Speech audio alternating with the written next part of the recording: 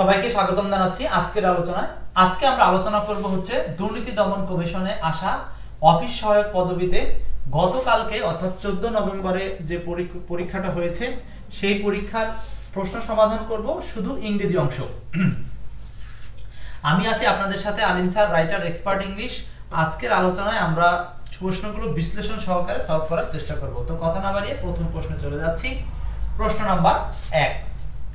প্রশ্নটা খুবই গুরুত্বপূর্ণ, যদিও অনেকের কাছে সহজ মনে হবে, তারপরে একটু বিশ্লেষণ করে আমরা একটু দেখার চেষ্টা করব।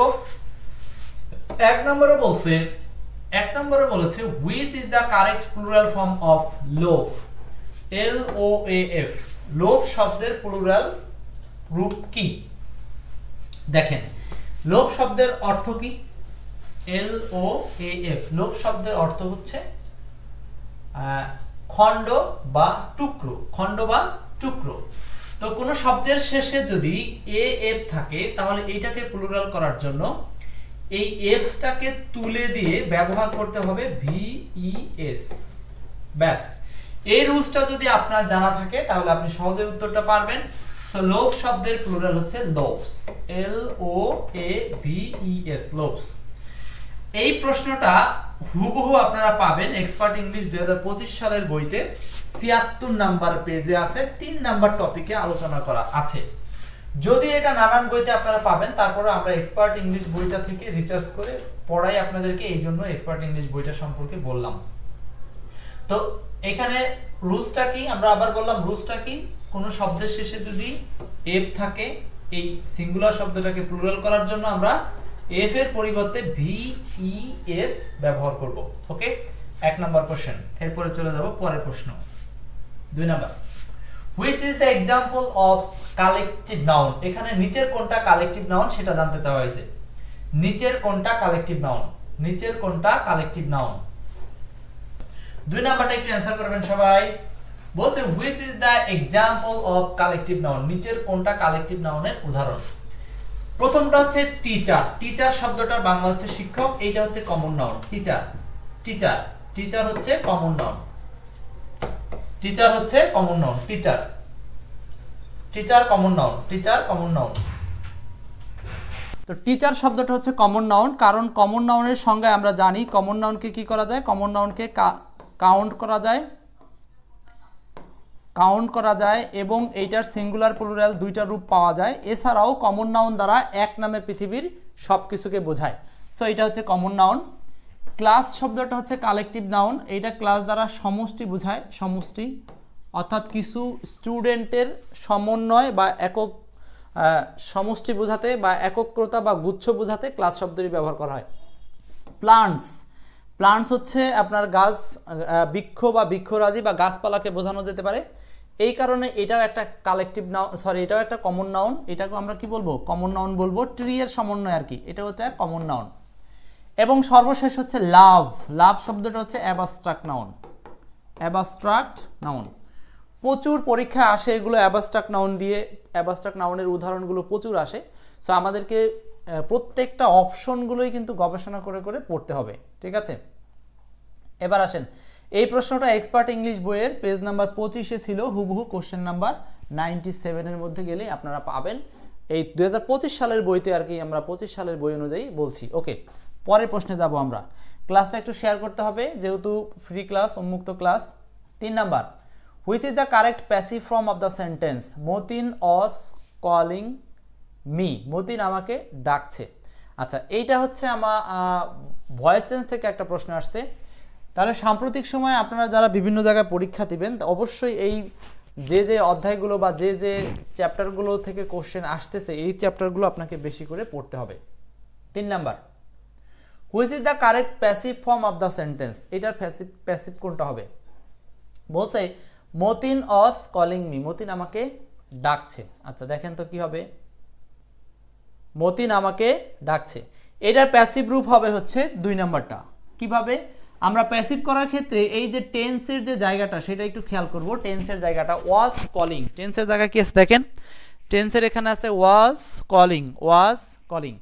যখনই পাস্ট কন্টিনিউয়াস টেন্সে was were এর সাথে আমরা ভার্বের সাথে আইএনজি পাবো, এই কন্টিনিউয়াস ফরম্যাটকে প্যাসিভ করার জন্য আমরা খুঁজবো হচ্ছে বিং প্লাস ভি3। Being plus V three. তো এখানে বিংকে এই যে বিং প্লাস কলিং এর পাস্ট পার্টিসিপল হচ্ছে called, being plus V three, being plus V three. I was being called. তো আমরা যদি ভয়েসের ক্ষেত্রে জাস্ট প্রথমে টেন্সের পরিবর্তনটা একটু দেখি বা ভার্বের জায়গাটা পরিবর্তন করি, তাহলেই দেখবেন যে অধিকাংশ সময় উত্তর আমরা পেয়ে যাব। সো 3 উত্তরটা হচ্ছে বি নাম্বার। পরের প্রশ্নে যাব 4, which is the indirect speech of the following. এই সেন্টেন্সটার ইনডিরেক্ট কি? ইনডিরেক্ট কি? ন্যারেশন থেকে দেওয়া হয়েছে এই কোশ্চেনটা। হি সেড, সে বলল, বিনা মে আসখার, বিনা মে আসখার। কি করবো এটাকে? তৌহিদ বলছেন হচ্ছে 3 বি, শাহ আলম খান বলছেন হচ্ছে বি নাম্বার। ওকে, 4 নাম্বার প্রশ্ন, হি সেইড, এই পাশে যখনই পাস্ট টেন্স থাকবে তখনই শুধুমাত্র ন্যারেশনের যে 4টা স্পেসিফিক, আমরা বলছি ন্যারেশনের ক্ষেত্রে 4টা স্টেপ রয়েছে। আমরা প্রথম স্টেপে কি করব? এই ইনভার্টেড কমা উঠে গিয়ে বাক্য অনুসারে লিঙ্কার বসাবো। সো সবগুলোতেই লিঙ্কার, দ্যাট, এটাতে অবশ্যই লিঙ্কার নাই, তাহলে এটা আগেই বাদ, এটাতেও লিঙ্কার নাই, আগেই বাদ। তাহলে আমার হাতে অপশন থাকলো 2টা। এখন এই 2টার মধ্যে আমাকে উত্তর বের করতে হবে। প্রথমত আমরা কি দেখলাম? লিঙ্কার পরিবর্তন করব, তারপর হচ্ছে টেন্সের পরিবর্তন করব, টেন্সের পরিবর্তন বা ভার্বের পরিবর্তন। সো এখানে মে আস্ক আছে, আমরা জানি যে ডিরেক্ট ন্যারেশনে মে থাকলে পাস্ট ন্যারেশনে বা ইনডিরেক্ট ন্যারেশনে সেটা হয়ে যায় মাইট, মে থেকে মাইট। অতএব এখানে উত্তর করার মতো একটাই অপশন হাতে আছে, এই নাম্বারটা। ক্লিয়ার? একদম সহজ, শুধুমাত্র সাধারণ সিকোয়েন্সটা জানলেই হবে। এবং ন্যারেশন সলিউশনের ক্ষেত্রে যে আমরা এক্সপার্ট ইংলিশ বইতে 4 স্টেপ সলিউশন দিয়েছি, ওই 4 স্টেপস জানা থাকলে আপনি পৃথিবীর সকল বাক্যে ন্যারেশন করতে পারবেন, জাস্ট 4টা স্টেপস রুলসের মাধ্যমে। এরপর আসেন 4-এর পরে যাব পরের প্রশ্নে, 5 number, which is the synonym of the word neglect. দেখেন, সিনোনিম অ্যান্টোনিম থেকে এমন কোনো এক্সাম নাই যে যেখানে পরীক্ষা হয় না, মানে কোশ্চেন হয় না। সো সিনোনিম অ্যান্টোনিম আপনারা বিগত সালের কোশ্চেনগুলো, বিসিএস এর প্রশ্নগুলো, বিশেষ করে এনএসআই আসা প্রশ্নগুলো, ব্যাংকের বিশেষ কোশ্চেনগুলো, এইগুলো আপনারা ব্যাপকভাবে বিশ্লেষণ করে করে পড়ে ফেলবেন, তাহলে দেখবেন যে সিনোনিম অ্যান্টোনিম থেকে আপনাকে কেউ আটকাতে পারবে না। কিন্তু মজার বিষয় হচ্ছে সিনোনিম অ্যান্টোনিম যে আপনি 2000 এমসিকিউ পড়বেন, এর মধ্যে 1000 এমসিকিউ দেখবেন যে আপনি কোনো না কোনোভাবে জানেন, সেগুলো অপশন সহ পড়ার চেষ্টা করবেন। এবার দেখেন 5 number, synonym of the word neglect. Neglect মানে কি? নেগলেক্ট মানে হচ্ছে অবহেলা করা বা অবজ্ঞা করা, অবহেলা বা অবজ্ঞা, অবহেলা বা অবজ্ঞা। এটার সিনোনিম চেয়েছে, এটার সিনোনিম হচ্ছে কেয়ারলেসনেস, যত্নহীনতা। কেয়ারলেসনেস মানে কি? যত্নহীনতা, মানে যেটার উপর কোনো যত্ন নাই বা অযত্ন, অবহেলা অর্থে ব্যবহার করা হচ্ছে। সিনোনিম চেয়েছে। অ্যাটেনশন মনোযোগ, এটা হচ্ছে বিপরীত শব্দ। ওয়াচফুলনেস সতর্কতা, এটাও বিপরীত শব্দ। অ্যাটেন্টিভনেস, এটাও বিপরীত শব্দ, এটাও বিপরীত শব্দ। এই প্রশ্নটা আপনারা কোথায় পাবেন? এক্সপার্ট ইংলিশ 2025 সালের বই যাদের কাছে আছে তারা 907 নম্বর পেজে গেলেই পেয়ে যাবেন, হুবহু কমন। তার মানে কি, প্রতি সপ্তাহে যে কোশ্চেনগুলো হয় আমরা কিন্তু সবগুলোই দেখাই দিই যে এক্সপার্ট ইংলিশ বইয়ের কোথা কোথা থেকে কমন পড়ছে। সো কমনের জগতে এক্সপার্ট ইংলিশ বই সেরা। নেক্সট, পরের কোশ্চেনে যাব 6, he is accessible dash all, he is accessible dash all. তো হি ইজ অ্যাক্সেসিবল টু, অ্যাক্সেসিবলের সাথে কি ব্যবহার করব? টু। অ্যাক্সেসিবলের সাথে অ্যাপ্রোপ্রিয়েট প্রিপোজিশন হবে টু। অ্যাক্সেসিবল টু মানে হচ্ছে প্রবেশ অধিকার। He is accessible to all মানে সে সব কিছুতে কি প্রবেশ অধিকার রাখে। ক্লিয়ার? তো 6 এর উত্তরটা হচ্ছে অ্যাপ্রোপ্রিয়েট প্রিপোজিশন হিসাবে 4 নাম্বার বা ডি।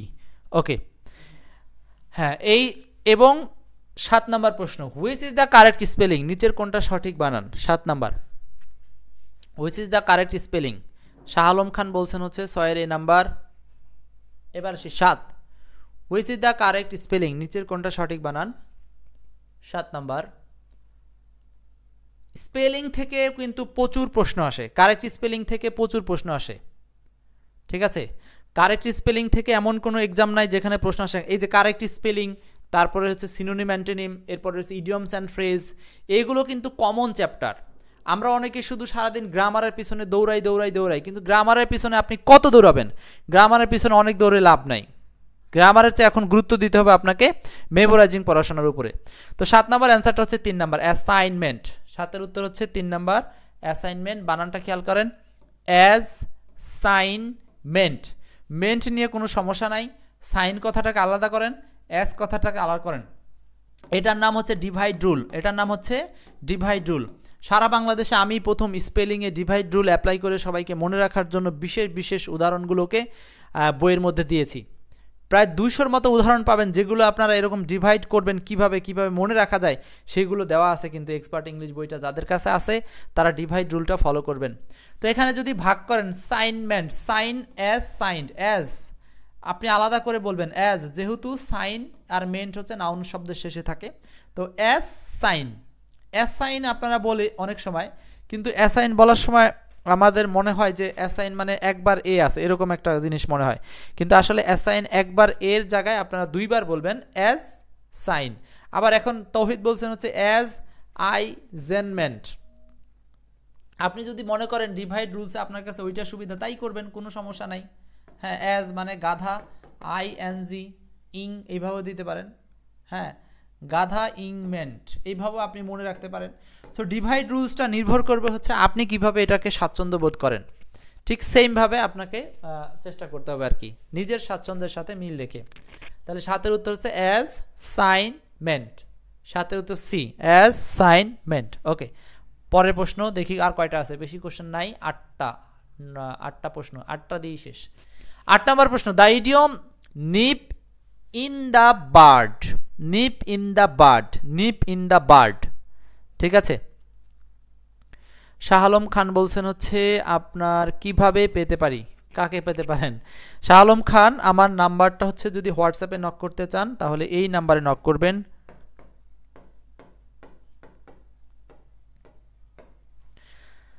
এই নাম্বারে হোয়াটসঅ্যাপে নক করবেন, এই নাম্বারটা। সাবেকুন নাহার বলছেন হচ্ছে 7, C7, 8 number. The idiom Nip in the bird, এইটার উচ্চারণ কিন্তু আমরা অনেকে বুড বলে থাকি, এটা বুড না, এটার উচ্চারণ হচ্ছে বার্ড, বার্ড, বার্ড এরকম। আচ্ছা, এর মানে কি? নিপ ইন দ্য বার্ড, অঙ্কুরে বিনষ্ট, অঙ্কুরে বিনষ্ট, এটার বাংলা হচ্ছে, এটা একটা ইডিয়মস থেকে আসা প্রশ্ন। দেখেন দুদকে গতকালকের প্রশ্ন এটা, অঙ্কুরে বিনষ্ট বোঝাতে ব্যবহার করব ইডিয়মস অ্যান্ড ফ্রেজ হিসাবে Nip in the bird. Destroy at the very beginning মানে হচ্ছে কোনো কিছু শুরুতেই কোনো কিছুকে নষ্ট করে ফেলা, এটাকে বলা হয় হচ্ছে Nip in the bird, Nip in the bird. So এই যে দেখেন মোট 8টা কোশ্চেন, 8টা কোশ্চেনই কিন্তু এক্সপার্ট ইংলিশ বই থেকে আসছে। 2025 সালের 873 নাম্বার পেজে ছিল এই প্রশ্নটা। তো এখনকার সময় যত কোশ্চেন আসে আলহামদুলিল্লাহ এক্সপার্ট ইংলিশ হচ্ছে কমনের দিক থেকে সেরা, সব প্রশ্নই মোটামুটি এক্সপার্ট ইংলিশ বইয়ের মধ্যে পাওয়া যায়। তো আজকের মতো এখানেই শেষ করছি, ভালো থাকেন, দেখা হচ্ছে হয়তো আগামীর অন্য কোনো ক্লাসে। আল্লাহ হাফেজ, আসসালামু আলাইকুম।